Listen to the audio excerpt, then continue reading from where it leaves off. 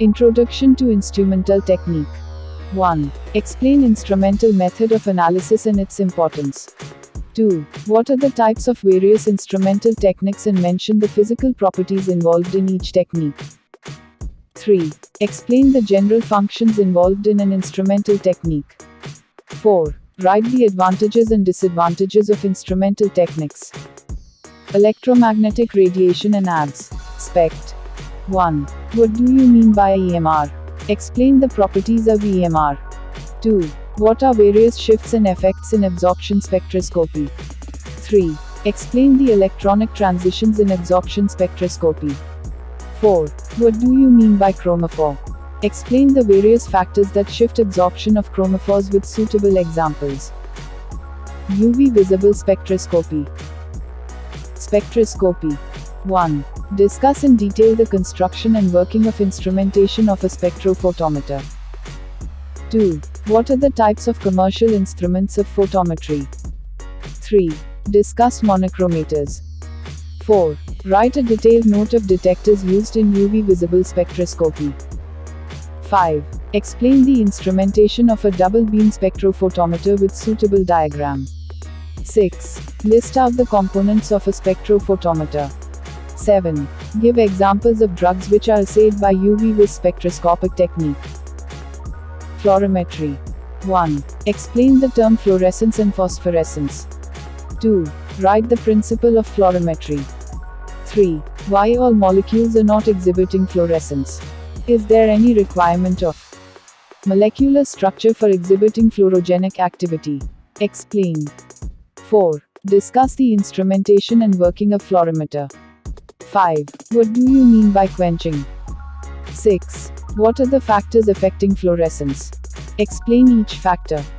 7. Write the applications of fluorometry. Infrared spectroscopy. 1. Write the principle and theory of IR spectroscopy. 2.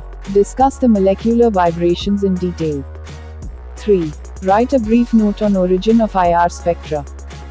4. What do you mean by Fermi resonance? 5. Explain overtones and combination bands in IR spectroscopy. 6. Discuss the instrumentation of an IR spectrometer in detail. 7. Write a note on detectors used in IR spectrometers. 8. Discuss the important regions of an IR spectrum. 9. Explain Hooke's law and its significance in IR spectroscopic theory. 10. Discuss the sampling techniques involved in IR spectroscopy. Flame photometry. 1. Write the principle of flame photometry. 2. Discuss the instrumentation involved in flame photometry. 3. What do you mean by atomizers? What are the types of atomizers and their functions? 4. What are the fuel and oxidants used in flame photometry? Explain their properties and role in flame photometry. 5. Draw the structure of flame and explain parts of flame. 6. Write a note on errors or interferences in flame photometry. 7. Write the applications of flame photometry. Atomic absorption spectroscopy. 1. Write the principle and theory involved in atomic absorption spectroscopy. 2. Discuss the instrumentation involved in atomic absorption spectroscopy. 3. Draw a schematic diagram of atomic absorption spectroscopic instrumentation. 4. Write the differences between absorption and emission spectroscopy. 5. 5. Write the applications of atomic absorption spectroscopy. 6. Compare flame emission spectroscopy with atomic absorption spectroscopy. Nepheloturbidimetry. 1. Differentiate nephelometry or turbidimetry. 2. Write the principle of nepheloturbidimetry. 3. Draw a schematic diagram of nephelometer and turbidimeter, discuss various components and their working. 4. What are the basic conditions for analytes to be analyzed by nephelometry or turbidimetry? 5. Write a note on turbidimetric titrations. 6. Write the applications of nepheloturbidimetry. Introduction of chromatography. 1. Define chromatography. 2. Classify chromatography. 3. Write the elution techniques involved in chromatographic separation. 4. Write a note on choice of methods of chromatography. Adsorption and partition column chromatography. 1. Write the principle of adsorption and partition column chromatography. 2. Write a note on adsorbents used in column chromatography. 3. Explain the methods of column packing. 4. Write the factors affecting column efficiency. 5. Explain the types of elution. 6. Write a note on partition column chromatography. 7. What are the ideal properties of adsorbents used in column chromatography? 8. What are the ideal properties of solid support used in partition chromatography? Thin layer chromatography. 1. Write the principle of TLC. 2. Write the steps involved in the practice of TLC.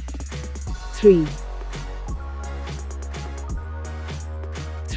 Write a note on adsorbents used in TLC. 4. How stationary phase influence the separation in TLC. 5. Write a note on mobile phase optimization in TLC. 6. Why preconditioning is required. 7. Why chamber saturation is to be performed. How it can be done.